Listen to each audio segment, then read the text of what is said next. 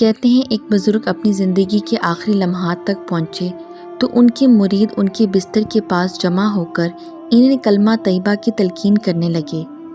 بزرگ نے کہا، میں تو کلمہ نہیں پڑھوں گا۔ سب مرید رونے دھونے لگے کہ یہ کیا معاملہ ہے۔ اس بزرگ نے آنکھیں کھولیں تو مریدوں کو روتے پایا۔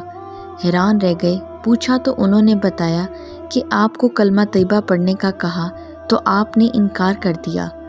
بزرگ نے کہا، معاذ اللہ، میں نے تو شاید تمہارے سامنے انکار کیا ہو، مگر حقیقت یہ ہے کہ مجھ پر ضعف اور کمزوری ہو گئی تھی۔ پیاس کی شدت نے مجھے جاں بلب کر دیا تھا۔ میں نے دیکھا شیطان ابلیس فرصت غنیمت شمار کرتے ہوئے میرے سرہانے پانی کا پیالہ لیے کھڑے ہے اور پانی کو چھلکا رہا ہے۔ مجھے کہنے لگا، تم پانی پینا چاہتے ہو تو کہو، دنیا میں کوئی معبود نہیں ہے۔ میں اس کی بات سے انکار کر رہا تھا اور کہہ رہا تھا کہ نہیں کہوں گا۔